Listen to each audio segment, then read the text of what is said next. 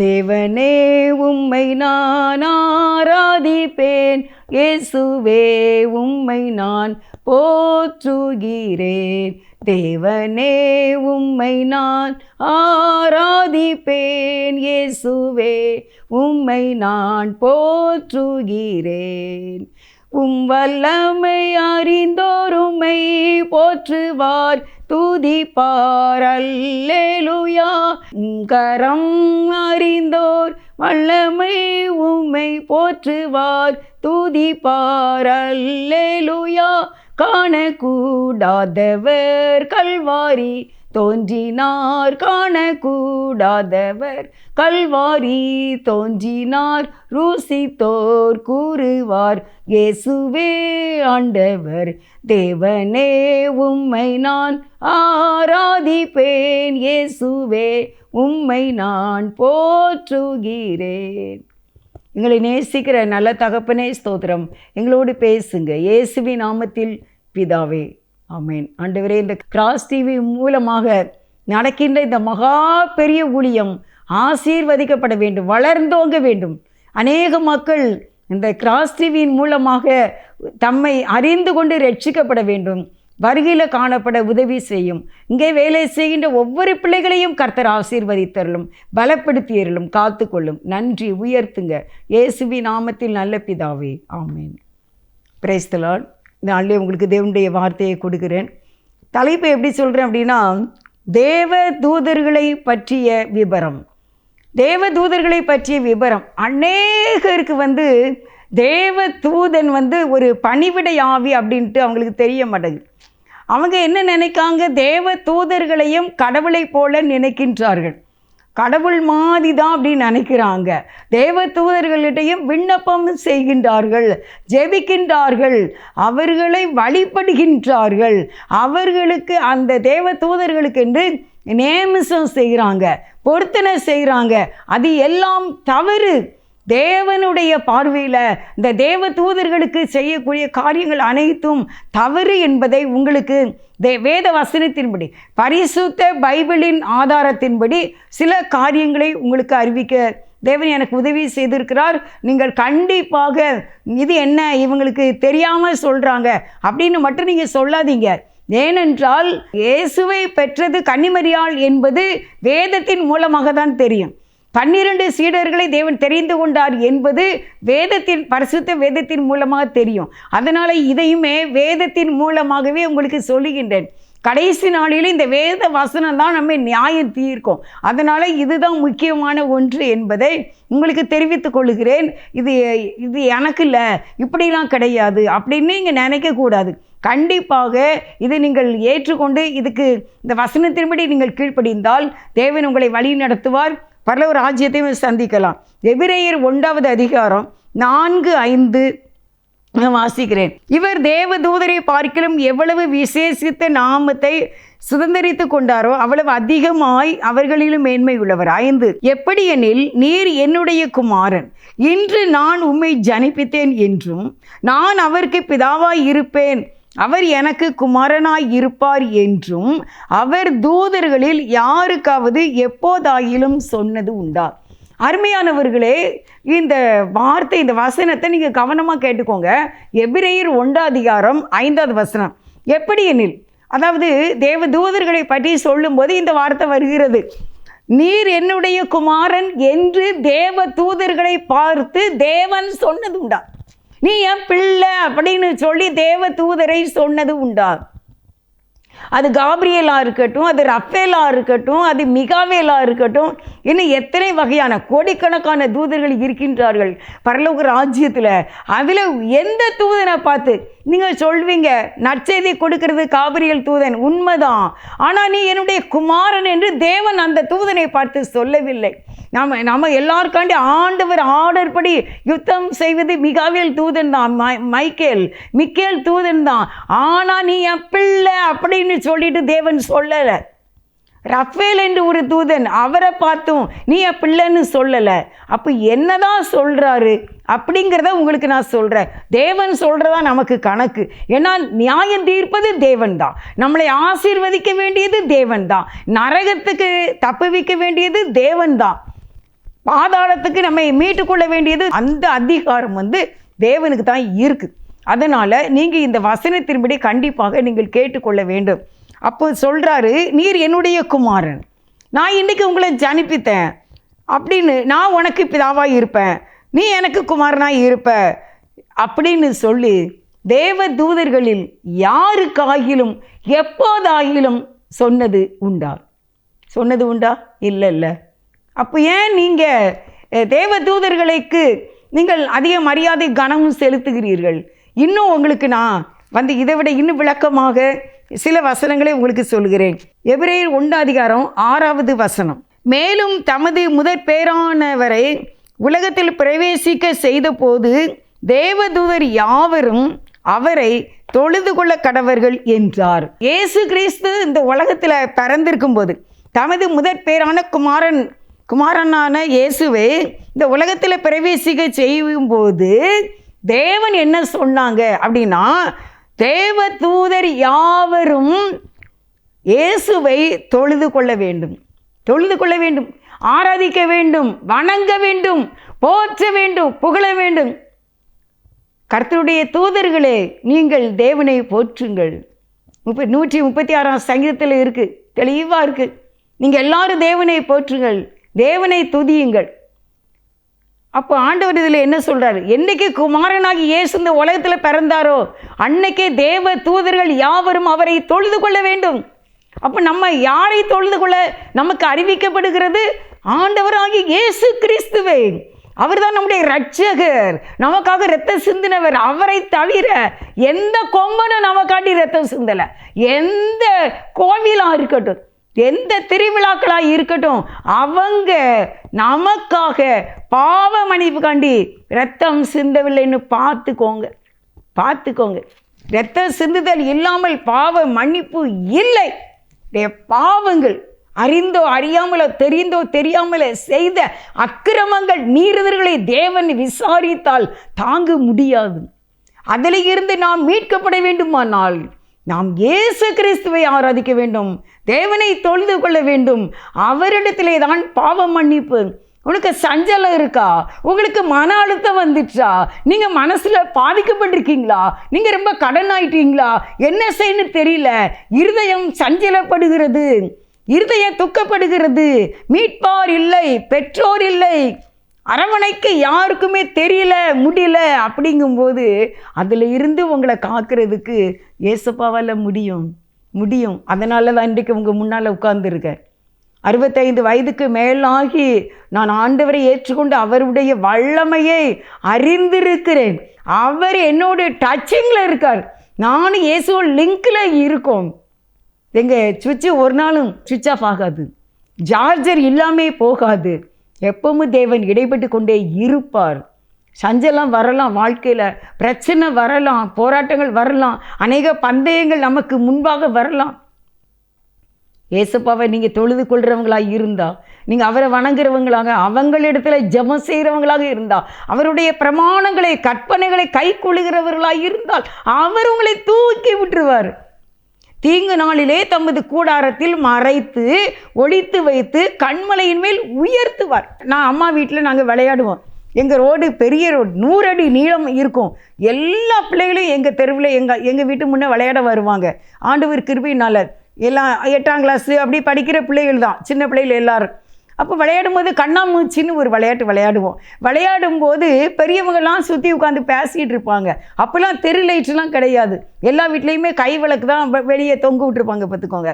அப்போ அந்த விளையாடும்போது கண்ணாமூச்சி விளையாடுவோம்ல, அப்போ நம்ம ஒளிஞ்சு விளையாடும்போது தாயுடைய இந்த முந்தி இருக்கலாம், இதுக்குள்ளே போய் பிள்ளைகள் என்ன செய்யும்?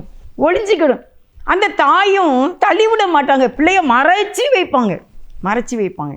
ஏசவா சொல்கிறாரு, உனக்கு தீங்கு நாள் வந்துச்சுன்னா நான் ஒன்றை என் சிறகுக்கு கீழாக, ஆண்டவருடைய சிறகு எவ்வளோ பெருசு, அப்படியே கை அதுக்கு கீழே ஒளிச்சு வச்சு அந்த தீங்கு உன்னை விட்டு கடந்து போன பிறகு நான் ஒன்றை கண்மலையின் மேலே உயர்த்துவேன். நீ எதிரி வருகிறான், பிரச்சனை வருகிறது, நோய் வருகிறது, உனக்கு பயமா இருக்கு, இது என்னதோ தெரியலையே, எனக்கு வயிறு ஒரு மாதிரி இருக்க, எனக்கு வயிறு வீங்கிக்கிட்டு இருக்க, வயிறு எனக்கு குத்தெடுக்குத, எனக்கு என்னதோ ஒரு நோய் வந்துட்டு போல அப்படின்னு சொல்லி நீ நினைக்கும் போது நீங்க ஆண்டவரை நோக்கி, தேவன் எனக்கு இறங்கும்ப்பா, என்கிட்ட பொண்ணு வெள்ளி இல்லப்பா, என்ன குணமாக்கிருங்கப்பா அப்படின்னு சொல்லிட்டு நைட்டில் படுக்கும்போது ப்ரேயர் பண்ணிட்டு தூங்குனா காலையில் ஒன்றுமே இருக்காது, ஒன்றுமே இருக்காது. ஏன்னா அவர் இரக்கம் உள்ளவர். அருமையானவர்களே, அவர் ஒளிச்சு வைக்கிற தேவன், நோய்க்கு ஒளிச்சு வைக்கிற தேவன், சாத்தானுக்கு ஒளிச்சு வைப்பார். வெள்ளி சுனி உங்களுக்கு எவனும் வைக்க முடியாது, ஒளிச்சு வைப்பார். இயேசு கிறிஸ்துவை அறிகிற அறிவு உங்களுக்கு இருந்துச்சுன்னா எந்த கொம்பனும் உங்களை தொட முடியாது, எந்த சாபங்களும் மேற்கொள்ள முடியாது. சாபங்களும் பாவங்களும் மறைஞ்சு இருந்துச்சுன்னா அதை வெளியே கொண்டு வந்து அதில் இருந்து தம்முடைய இரத்தத்தினால அவரை அதை மீட்டு எடுத்து நம்மை உயர்த்தி நிம்மதியாக கொடுப்பாங்க. ஏசப்பா எவ்வளோ அருமையானவங்க தெரியுமா? இப்போ மாதிரி நம்ம கண்ணுக்கு தெரியுதா அவர் காலை கெட்டி பிடிக்கலாமான்ட்டு? ஆனால் யோவான் ஸ்நானகன் சொல்கிறாரு, பாதரட்சி அவிழ்க்க கூட தகுதி இல்லை, பக்கத்தில் கூட போக முடியாதுங்கார். ஆனால் இப்போ அப்படி இல்லை. புதிய ஏற்பாடு காலத்தில் ஆண்டவர், நீ என்கிட்ட வா, நான் கதவை தட்டுறேன், நீ திறந்தேன்னா நான் உள்ளே வந்துடுவேன், உன் கூட இருப்பேன் அப்படின்னு சொல்கிற இயேசு கிறிஸ்து, இரக்கமுள்ள இயேசு கிறிஸ்து அவர் தான் சொல்கிறாரு. அவரை தான் தூதர்கள் வணங்க வேண்டும் என்று சொல்லியிருக்கு. இப்போ நம்மளை யாரைத்தான் வணங்கணும் என்று உங்களுக்கு நான் சொல்லுகின்றேன் அறிவுரை, இயேசு கிறிஸ்துவை வணங்க வேண்டும், அவரை தான் நாம் தொழுது கொள்ள வேண்டும். அடுத்து நீங்கள் வாசிங்க எபிரேயர் 1:7 தேவ தூதரை குறித்தோ தம்முடைய தூதர்களை காற்றுகளாகவும் தம்முடைய ஊழியக்காரரை அக்கினி ஜுவாலைகளாகவும் செய்கிறார் என்று எழுதியிருக்கிறது.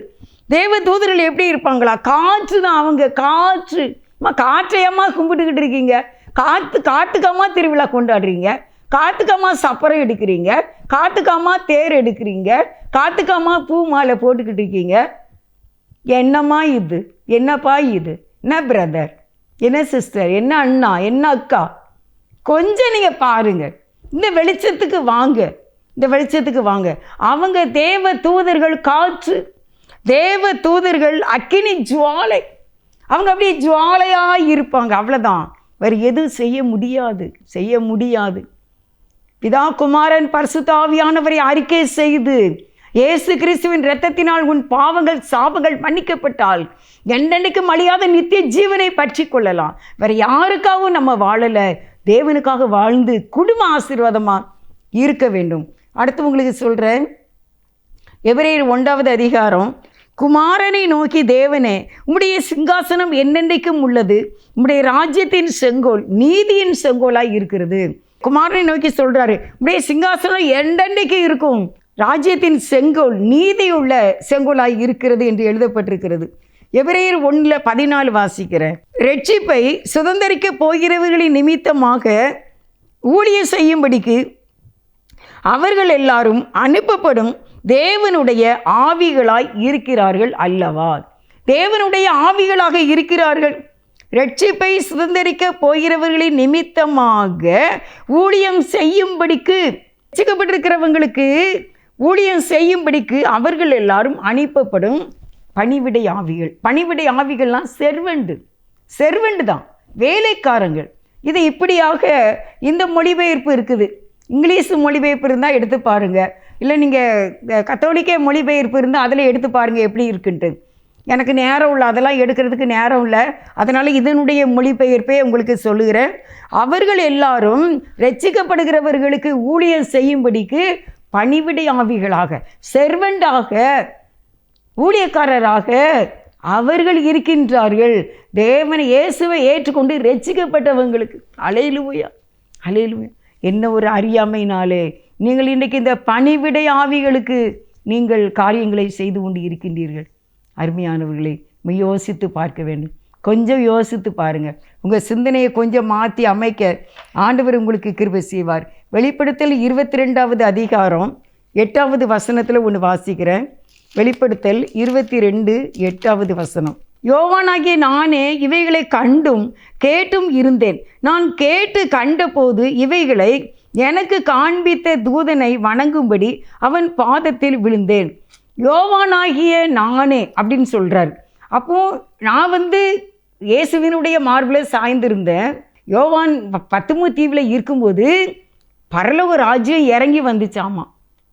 ஒரு உலகமா, பரலோகம் வந்து ஒரு உலகம், பரலோகம் ஒரு உலகம். இது பூலோகம், அது பரலோகம். இந்த பூலோகத்தை உங்களால் எது வரைக்கும் நீங்கள் பார்த்துருப்பீங்க, எத்தனை ஊர் பார்த்துருப்பீங்க, அவ்வளோதான்.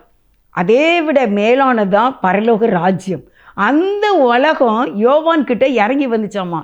வந்து ஒரு தேவ தூதன் எல்லாவற்றையும் அவருக்கு காண்பிக்கிறார், எல்லாவற்றையும் பார்க்குறாரு. பார்த்த உடனே அவருக்கு ஆச்சரியமாயிட்டு, நம்ம இந்த பூலோகத்தை தானே பார்த்தோம், இந்த உலகமும் இவ்வளோ பெருசா, என்னமா இருக்குது இந்த பரலோக ராஜ்யம் அப்படின்னு சொல்லி எல்லாம் காட்டி முடித்த உடனே யோவானாகிய நானே அந்த செர்வண்டு அந்த தூதனுடைய பாதத்தில் வணங்கும்படி விழுந்தேன் என்று எழுதப்பட்டிருக்கிறது. வணங்கும்படி விழுந்தேன் அவன் பாதத்தில். அப்போ அவர் என்ன சொன்னாராமா, யோவான் தேவனுடைய ஊழியக்கார அப்போஸ்தலன் தேவதூதன் பாதத்தில் விழுந்ததுக்கு அந்த தேவதூதன் என்ன சொன்னார் அதை உங்களுக்கு சொல்லணும்ல. அது வந்து வெளிப்படுத்தல் 22 அதிகாரம் 9வது வசனம். அதற்கு அவன், நீ இப்படி செய்யாதபடிக்கு பார், உன்னோடும் உன் சகோதரரோடும் தீர்க்கதரிசிகளோடும் இந்த புஸ்தகத்தின் வசனங்களை கை கொள்ளுகிறவர்களோடு கூட நானும் ஒரு ஊழியக்காரன், தேவனை தொழுது கொள் என்றான். தெளிவாக இருக்கா? தெளிவாக இருக்கா? என்னதான் அதற்கு அவன் சொல்கிறார், யோவான் வந்து அந்த ஏஞ்சலோட அந்த சமரசோட அந்த தேவ தூதனுடைய பாதத்தில் விழுந்துட்டார். எப்படி, எதுக்கு விழுந்தாராமா? வணங்கும்படி விழுந்தார். வணங்கும்படி விழுந்தார். இன்றைக்கி தொட்டு கும்பிடுகிறார்கள், தத்து கொடி வைக்கிறார்கள், செயின் போடுறாங்க தேவ தூதனுக்கு, பெயிண்ட் அடிக்காங்க, என்னெல்லாம் செய்கிறாங்க. இதில் நம்ம பார்க்கும் பொழுது யோவானாகிய நானே விழுந்தேன், எதுக்கு? வணங்கும்படி. தேவதூதன் அழகான வார்த்தையை சொல்லுகின்றார், என்ன நீ இப்படி விழுந்துட்ட, இங்கே பாரு, அப்படி போட்டிருக்கல. அதற்கு அவன், நீ இப்படி செய்யாதபடிக்கு பார். டேய் இங்கே பாருடா, என்னன்னு பாருடா. என்ன தெரியுமா? உன்னோடும் உன் சகோதரரோடும், நீ ஆண்டவருக்கு அப்போஸ்தலனாக இருந்தல்ல, சீடனாக இருந்தல்ல, உன் கூட இன்னும் ஒரு 11 பேர் இருந்தாங்கல்ல, நீங்கள் 12 பேர் இருந்தீங்கல்ல, உங்கள் 12 பேரோடு கூட இன்னும் இந்த உலகத்தில் அநேக தீர்க்கதரிசிகள், தேவனுடைய வார்த்தையை அறிவிக்கின்ற ஊழியக்காரர்கள், தேவனுடைய தீர்க்கதரிசிகள், இன்னும் நிறைய அப்போஸ்தலர்கள், இன்னும் நிறைய பரிசுத்தவான்கள், இவங்கெல்லாம் இருக்காங்க பற்றியா? அவங்களோட இன்னும் இந்த புஸ்தகத்தில், இந்த வேதத்தில் உள்ள காரியங்களை வாசித்து தியானித்து கை கொள்ளுகிறவங்கெல்லாம் இருக்காங்க தெரியுமா? அவங்களோடு கூட நானும் ஒரு ஆள் தான். ஒன்னே மாதிரி தான் நானும்ப்பா, ஒன்னே மாதிரி தான்ப்பா நானும் அப்படின்னு அந்த ஏஞ்சல் சொல்கிறார், அந்த தேவதூதன் சொல்கிறார். எனக்கு இதெல்லாம் வாசிக்கும் போது ஆச்சரியமாக இருந்தது. இப்படிலாம் தெரிஞ்சிருந்தால் 24 வயசு வரைக்கும் நம்ம இப்படி வணங்கிக்கிட்டு இருந்தோமே, இப்படி நம்ம கும்பிட்டுக்கிட்டு இருந்தோமே அப்படின்னு நினச்சேன். எங்கள் ஊரில் சப்பரம் போகும்போது நான் அப்போல்லாம் வந்து என்ன செய்வாங்க, கயிறு வச்சு இழுப்பாங்க பார்த்துக்கோங்க. பெரிய தேர் போகும், அதில் தடியான கயிறு இருக்கும், அந்த கயிறை வச்சு இழுத்துருப்பாங்க. ஊரை சுற்றி காட்டணும்ல, யாரெல்லாம் வரி கொடுத்துருக்காங்களோ அந்த தெருவுக்கு கண்டிப்பாக சப்பரம் போகணும்.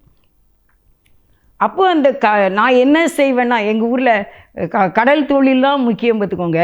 அந்த கடல் தொழிலுக்கு போகிறவங்க கையிலலாம் ரேகை கூட இருக்காது, ரேகையே தெரியவே செய்யாது. ஏன்னா அந்த கயிறை பிடிச்சு இழுத்து அந்த காலத்தில். இப்போ வந்து நல்லா டிரைவிங் பண்ணுறாங்க, எவ்வளோ லாரி மாதிரி இருக்குது இப்போல்லாம் உள்ள போட்டெலாம். நீங்கள் பார்த்துருக்கீங்களா என்ன தெரியல, கடலில் இருக்கிறவங்க வேணால் பார்த்துருப்பீங்க, மற்றபடி உங்களுக்கு பார்க்க வாய்ப்பு இருக்காது. கப்பல் ஆட்டம் இருக்கும். எங்கள் ஊரில் இப்போ ஒரு போட்டு செய்துக்கிட்டு இருக்காங்க, நான் அன்னைக்கு பார்த்தேன். கப்பல் ஆட்டு இருக்கு, அவ்வளோ பெரிய லாரி மாதிரி, பெரிய ஈச்சர்மங்களா அப்படி பெரிய லாரி மாதிரி இருக்குது, அதை செய்கிறாங்க. அப்படின்னா எப்படிப்பட்ட வீரர்களாக இருப்பாங்கன்னு பார்த்துக்கோங்க. அவங்க இந்த கயிறை இழுத்து இந்த ரேகையே இருக்காது, ஆனால் அந்த சப்பரத்தை, அந்த தேரை வந்து அவங்க இழுப்பாங்க தெரியுமா? அவங்க 2 காலுக்கு நடுவில், நான் அப்படியே சின்ன பிள்ளை பாவடை சட்டை போட்டிருக்கிற ஏஜ் 5, 6ஆம் கிளாஸ் படிக்கும்போது நான் அப்படியே உள்ளே போய் இந்த கயிறை தொட்டு கும்பிட்டுட்டு எங்கள் அம்மாட்ட வந்து சொன்னேன், எம்மா நான் மோட்சத்துக்கு போயிடுவேன் கண்டிப்பாக அப்படின்னு. அப்போ எங்கள் அம்மா கேட்டாங்க, எப்படி சொல்கிற அப்படி அப்படின்னு கேட்டாங்க. நான் நம்ம ஊரில் சப்பரம் இழுத்தாங்கல்லம்மா, அந்த கயிறை நான் தொட்டு கும்பிட்டுட்டு வந்துட்டேம்மா அப்படின்னு சொன்னேன். என்ன விட கதை சொல்கிறேன்னு அம்மா கேட்டாங்க. ஏன்னா தெரியாமல் இன்றைக்கும் இவ்வளோ நாகரிகம் இது கூட தெரியாமல் படித்தவங்க, படிக்காதவங்க, பணக்காரங்க, கோடீஸ்வரங்க, ஏழை எளியவங்க என சிறுவர், பெரியர், முதியோர் எல்லாரும் இந்த தவறை செய்து கொண்டு இருக்கின்றார்கள். அவர் சொல்கிறாரு, தேவதூதன் சொல்கிறாரு, பாரு இப்படி செய்யாதபடிக்கு பார். ஒன்ன மாதிரி இந்த வேதத்தை கை கொள்ளுகிறவங்க தீர்க்கதரிசிகள் எல்லாரோடு சேர்ந்து நானும் ஒன்ன மாதிரி ஆளுதான்ப்பா, ஒன்ன மாதிரி ஆளுதான் அப்படின்னு சொன்னார். அருமையானவர்களே, இன்றைக்கு நான் தேவதூதர்களை பற்றிய சில விவரங்களை உங்களுக்கு நான் கொடுத்து கொண்டு இருக்கின்றேன். இதை நீங்கள் கண்டிப்பாக நீங்கள் கை கொள்ள வேண்டும் என்று கர்த்தர் விரும்புகிறார். அதாவது அவருடைய பாதத்தில் விழுந்தேன் அப்படின்ட்டு அதில் போட்டுக்கு விழுந்துட்டாராமா. 22:8 வசனத்தில், எனக்கு இவைகளை காண்பித்த தூதனை வணங்கும்படி அவன் பாதத்தில் விழுந்தேன். ஏன்னா ஆச்சரியமாக இருந்துச்சு. சே, எவ்வளோ பெரிய உலகத்தை எனக்கு இவ்வளவாய் விவரித்து காட்டின தேவ தூதன் அப்படின்னு சொல்லிட்டு பாதத்தில் விழுந்து விட்டார். அடுத்த ஒரு வசனம் 1 கொரிந்தியர் 6வது அதிகாரம் 1 உங்களில் ஒருவனுக்கு வேறொருவனோடு வழக்கு உண்டானால் வழக்காடும்படி அவன் பரிசுத்தவான்களிடத்தில் போகாமல் அநீதிக்காரரிடத்தில் போக துணிகிறதென்ன? பரிசுத்தவான்கள் உலகத்தை நியாயம் தீர்ப்பார்கள் என்று அறியீர்களா? உலகம் உங்களால் நியாயம் தீர்க்கப்படுவதாய் இருக்க அற்ப வழக்குகளை தீர்க்க நீங்கள் அபாத்திரரா? 3வது வசனம், தேவ தூதர்களையும் நியாய தீர்ப்போம் என்று அறியீர்களா? அப்படி இருக்க இந்த ஜீவனுக்கு ஏற்றவைகளை நீங்கள் தீர்த்து கொள்ளக்கூடாது இருக்குது எப்படி? உங்களுக்கு ஒருவருக்கு ஒருவர் வழக்கு இருக்கிறது. இதை நீங்கள் பரிசுத்தவான்களிடத்தில் கொண்டு போக வேண்டும். அநீதிக்காரரிடத்துல ஏன் கொண்டு போகிறீங்க? நீங்கள் கோர்ட்டுக்கு ஏன் கொண்டு போகிறீங்க? நீங்கள் வக்கீல்கிட்ட எதுக்கு கொண்டு போகிறீங்க? பரிசுத்தவான்கள் உலகத்தை நியாய தீர்ப்பார்கள்னு உங்களுக்கு தெரியாதா? 3வது வசனத்தில் தேவ தூதர்களையும் நியாயம் தீர்ப்போம். அன்றைக்கு அந்த லூசிபர், அந்த பொல்லாத சாத்தான் தேவனை எதிர்த்து நின்றான். இன்றைக்கு மக்களை வஞ்சித்து கொண்டு இருக்கின்றான். அவனை, அந்த தேவ தூதனை நீங்கள் தான் நியாயம் விசாரிக்க போகிறீங்க. ஆனால் இன்றைக்கு நீங்கள் அவருக்கு வணக்கம் செலுத்தி கொண்டு இருக்கின்றீர்கள். எத்தனை பேர் இந்த பொல்லாத சாத்தானை வணங்கி கொண்டு இருக்கின்றார்கள்? நம்ம எல்லாருக்கும் தெரியும், பார்க்க தான் செய்கிறோம். செய்வனை செய்ய போகிறாங்க, அங்கே கும்பிட்டு விழுறாங்க. விழி சுனி எடுக்க போகிறேன்னு போகிறாங்க, அங்கேயும் கும்பிட்டு விழுறாங்க. இங்கே தெருவில் ஒரு பிள்ளை இருக்கா, ஆர்சி பொண்ணு தான், நல்ல ஒரு குடும்பத்தில் உள்ள ஒரு பக்தி உள்ள பிள்ளை தான். ஆனால் இன்றைக்கு ஒரு விக்கிரகம் நிறைந்த ஒரு, சும்மா தைரியமாக சொல்வேன், வேறு மார்க்கத்தில் உள்ள ஒரு கோவிலில் அந்த பிள்ளை என்ன அப்படியே அந்த படியில் போய் நின்று அந்த சிலையை நோக்கி அப்படி கும்பிட்டுக்கிட்டே இருக்கா. பரிதாபமாக இருக்குது. உனக்கு இயேசு கிறிஸ்துவை பற்றி தெரியாதா? நீ ஞானஸ்நானம் எடுக்கலையா? நீ நன்மை வாங்கலையா? நீ நாளைக்கு நரகத்துக்குள்ளே போயிடுவேன். நீ இவ்வளோ அழகாக இருந்து என்ன பிரயோஜனம்? நீ இவ்வளோ கலராக இருக்கிய, ஆனாலும் போய் நீ ஒன்றும் இல்லாத ஒரு முக்கோண வடிவத்தில் செய்த அந்த இதுக்கு முன்பாக போய் நீ நின்று கும்பிட்டு கொண்டே இருக்கிய, அதை பார்த்து கொண்டே இருக்கிய. நாங்கள் ஆலயத்துக்கு போகிற பாதை தான். அந்த பிள்ளைக்காக நான் ஜெபம் பண்ணிக்கிட்டே இருக்கேன். ஆண்டவரே, பாவம் இது நரகத்துக்கு போயிடாமப்பா, எப்படியாவது தம்மை அறிவை நீங்கள் கொடுக்க வேண்டுமாப்பா அப்படின்னு சொல்லி நான் ரொம்ப வேதனையோடு நான் ஜெபம் பண்ணிக்கிட்டு இருக்கேன். அருமையானவர்களே, இந்த நாளிலே நீங்கள் கர்த்தரை நோக்கி பாருங்கள். தேவ தூதர்கள் 1 கொரிந்தியர் 6வது அதிகாரம் 3வது வசனம் இப்படி சொல்லுகிறது, தேவ தூதர்களை நியாயம் விசாரிக்க போகிறோம்.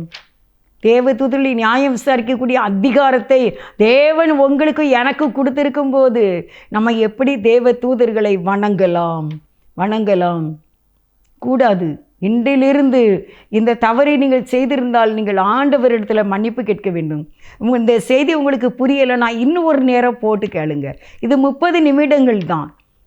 அதுக்குள்ளே உங்களுக்கு அந்த சில விவரங்கள் தெரிஞ்சிடும். அப்போ நீங்கள் நியாய தீர்ப்பில் நிற்கும்போது ஏசப்பா உங்களை தம்முடைய அழகான ராஜ்யத்துக்கு வாருங்கள் என்று நம்மை அழைத்து கொண்டு போவார். விஜயபம் செய்வோம்.